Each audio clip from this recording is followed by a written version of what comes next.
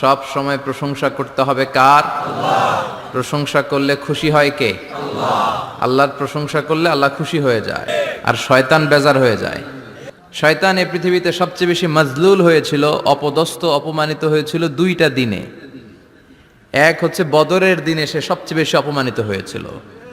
বদরের ময়দানে যখন আকাশ থেকে ফেরেশতা বাহিনী মুসলমানদের সাপোর্ট করার জন্য একে একে নামছিল, তখন শয়তান নিজেকে সবচেয়ে বেশি অপমান বোধ করছিল। আর দ্বিতীয়ত শয়তান সবচেয়ে বেশি লাঞ্ছিত হয় যখন আরাফাতের ময়দানে আল্লাহ তাআলা লক্ষ লক্ষ বান্দাকে ক্ষমার ঘোষণা দেয়। সুবহানাল্লাহ কইবেন না? খায়রু আইয়ামিল আরদ, পৃথিবীর সবচাইতে শ্রেষ্ঠ দিন আরাফার দিন। এই দিনে বান্দা কেঁদে কেঁদে আল্লাহর কাছে নিজের সবগুলো গুনাহ খাতার কথা ঘোষণা দেয় যে আল্লাহ আমি পাপী, আমার চেয়ে বড় পাপী নাই। আর আল্লাহ এত খুশি হতে থাকে, সব শেষে আরাফার দিনের সূর্য ডোবার আগেই আল্লাহ আরাফার ময়দানের হাজীদেরকে মাফ করার ঘোষণা দিয়ে দেয়।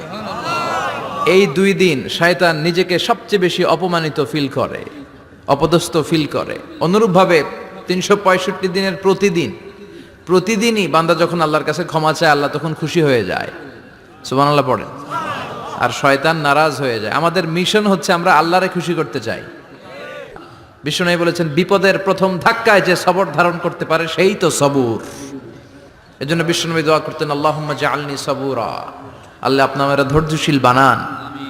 ওয়া জাআলনি শাকুরা, আপনি আমার শুকর গুজার বান্দা বানান। বিশ্বনবীর চেয়ে ধৈর্যশীল, বিশ্বনবীর চেয়ে শুকর গুজার পৃথিবীর কেউ আছে? মক্কা আমার কাছে সবচেয়ে প্রিয় শহর। আমার যদি বের করে না দেয়া হতো এই শহর থেকে, আমি কোনোদিন এই শহর থেকে বেরোতাম না। এত ভালোবাসতেন বিশ্বনবী মক্কাতুল মুকাররমাকে। ধৈর্যশীল ছিলেন। সুন্নাতুল্লাহি ফিল আরদ মান তাওয়াদা তারাফা, যে নিচে নেমে থাকতে চায় আল্লাহ ওরা টেনে উপরে উঠায়, আর যে খালি উঠতে চায়, হিংসা করে অহংকার করে উপরে ঠেলতে চায়, ওরা নিচে নামায় দেয় কে? চুরি করলে হাত কেটে দাও, কার আইন?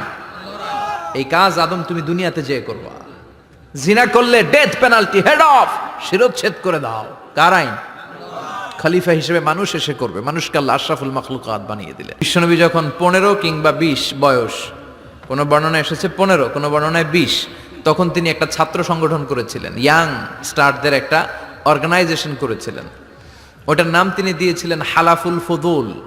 হালাফুল ফুদুল, ওইটারই আমরা বাংলায় কি বলি? হেলফুল ফুজুল সালাত। আউয়ালু মা ইউহাসাবু বিহিল আবদু ইয়াউমাল কিয়ামাতি আস-সালাহ, কিয়ামতের দিন সর্বপ্রথম হিসেব নেওয়া হবে নামাজের, সালাতের।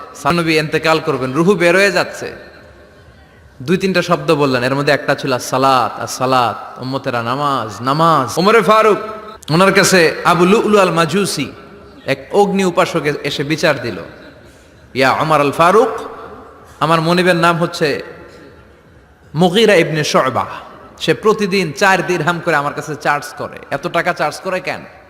উনি জিজ্ঞেস করলেন, তুমি কি কাম পারো? আমি খঞ্জর বানাইতে পারি। খঞ্জর চিনেন? ছোট্ট ছুরি, আরবরা পকেটে রাখে। ওমানের সুলতান কাবুসের ছবি দেখবেন, এখানে একটা খঞ্জর আছে। আমি খঞ্জর বানাইতে পারি। খঞ্জর বানাতে পারো? মদিনায় তো কেউ বানাতে পারে না, তুমি খঞ্জর বানাইতে পারো? তুমি তো অনেক টাকার মানুষ মিয়া, তোমার মনিব তো অল্প টাকায় চার্জ করছে, এটা দিতেই হবে। আবু লুলু কয়, ওমর তুমি সবার জন্য এত নরম, আমার জন্য গরম, তোমার আমি বুঝাবো।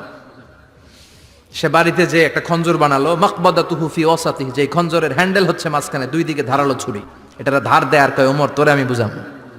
প্রতিদিন ধার দেয়।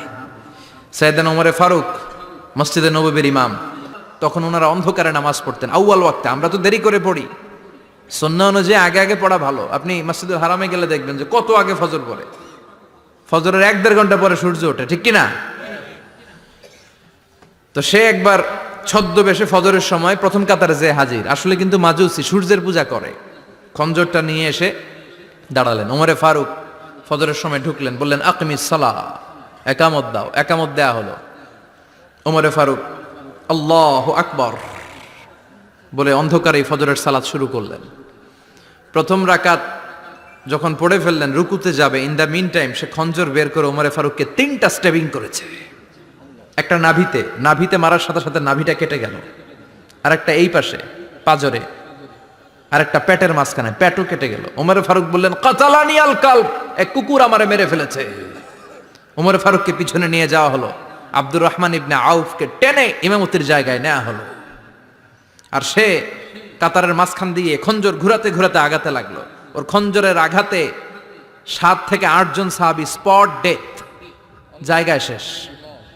ওমরে ফারুক বেহুশ, ওমরে ফারুক। ওনার মুখে দুধ দেয়, দুধ ওই নাভি দিয়ে বের হয়ে যায়, নাভিজ দেয়, নাভিজ পেট দিয়ে বের হয়ে যায়। রাষ্ট্রীয় চিকিৎসকরা বুঝতে পারলো উনি আর বাঁচবে না, বেহুশ। সবাই দাঁড়িয়ে আছে। কি হয় আমাদের আমিরুল মুমিনিনের?